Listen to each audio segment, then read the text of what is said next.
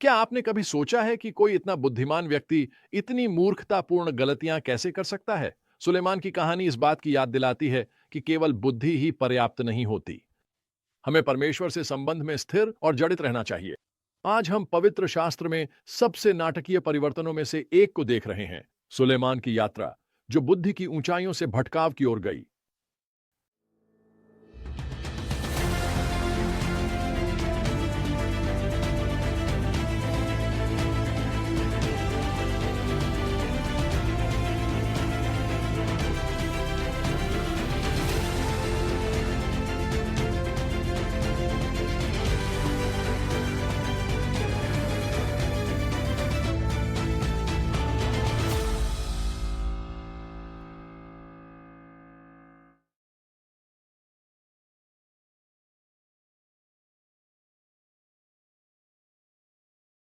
आइए युवा सुलेमान से शुरू करें, जिन्होंने गीत सुलेमान लिखा, जिसमें शुद्ध प्रेम और विवाह का उत्सव है।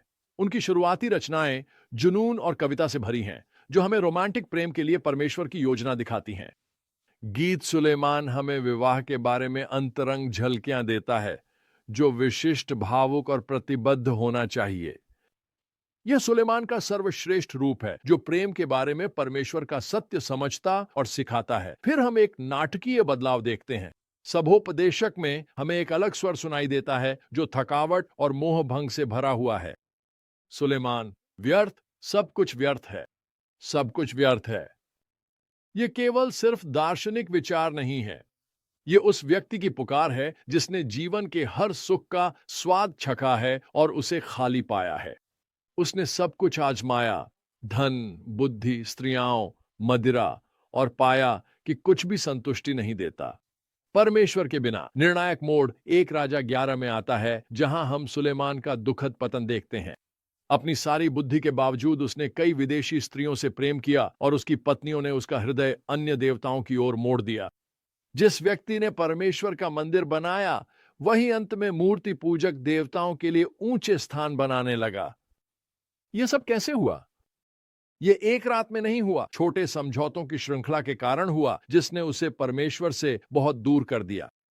इस कहानी को प्रासंगिक बनाने वाली बात यह है कि यह केवल सुलेमान की नहीं, हमारी भी कहानी है।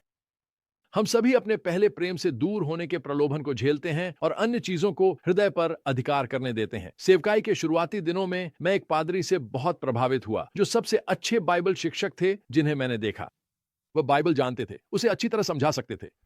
लोग उन्हें पसंद करते थे, उनकी बातें सुनते थे। उनके संदेश से कई लोगों का जीवन बदल गया। लेकिन एक दिन मैंने कार्यालय में उनकी पत्नी को रोते पाया।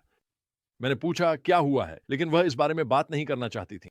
मैंने उनके लिए प्रार्थना की। जल्दी ही पता चला कि उनके पति का किसी और से संबंध है। कुछ ही समय बाद उन्होंने अपनी पत्नी को छोड़ दिया और दूसरी महिला से शादी कर ली। मैं बहुत आहत हुआ और सोचने लगा, यह कैसे हो सकता है? वह परमेश्वर के वचन को जानते थे और उसे बहुत अच्छे से सिखाते थे। काश मैं कह सकता कि यह पहली बार था जब मैंने ऐसा होते देखा है। लेकिन ऐसा सच में नहीं है। मैंने इसे कई बार होते हुए देखा है। मैंने यह सीखा है कि परमेश्वर की सच्चाई से जुड़ना आसान है, बजाय उस परमेश्वर के जो वह सच्चाई देता है। जिस क्षण हम घमंड या सुख को परमेश्वर की खोज से ऊपर रख देते हैं, हम एक बड़े पतन की ओर बढ़ रहे होते हैं। देखिए, सुलेमान वह व्यक्ति था जिसने परमेश्वर की बुद्धि अपनाई, लेकिन उस परमेश्वर से दूर चला गया जिसने उसे बुद्धि दी। सुलेमान की यात्रा हमें परमेश्वर के प्रति विश्वास योग्य रहने के महत्वपूर्ण सबक सिखाती है। इन सच्चाइयों को आज कैसे लागू करें? अपने हृदय की रक्षा करें। सुलेमान का पतन तब शुरू हुआ जब उसने अपनी भावनाएं परमेश्वर से हटाकर इस संसार के सुखों की ओर मोड़ दी। 3 चीजें हमारी भावनाओं को परमेश्वर से दूर कर सकती हैं: चांदी, काम वासना, आत्मगौरव। इन चीजों के प्रति सतर्क रहें। समझें, केवल ज्ञान पर्याप्त नहीं। सुलेमान के पास अद्भुत बुद्धि थी, लेकिन जब उसने परमेश्वर के साथ चलना छोड़ा, वह गिर गया। छोटी छोटी बातों पर ध्यान दें, छोटे छोटे समझौतों पर। बड़ी असफलताएं अक्सर छोटे फैसलों से ही शुरू होती हैं। अपने संबंधों के केंद्र में यीशु को रखें। सुलेमान की विदेशी पत्नियों ने उसे भटका दिया क्योंकि उसने परमेश्वर की आज्ञाओं के बजाय उन्हें प्राथमिकता दी। सफलता में विनम्र रहें। सुलेमान की महान उपलब्धियों ने शायद उसे अजेय महसूस कराया। याद रखें, परमेश्वर के बिना सुख सुविधा खालीपन की ओर ले जाती है। सुलेमान की सभी खोजें उसे आखिर खाली छोड़ गईं। परमेश्वर को खोजना कभी न छोड़ें। सुलेमान की प्रारंभिक बुद्धि उसके परमेश्वर से संबंध से आई थी। जब वह संबंध कमजोर पड़ा तो बाकी सब कुछ बिखर गया। सुलेमान की कहानी एक चेतावनी भी है और एक प्रोत्साहन भी। यह चेतावनी है कि सबसे बुद्धिमान व्यक्ति भी गिर सकता है यदि वह परमेश्वर के निकट नहीं चलता।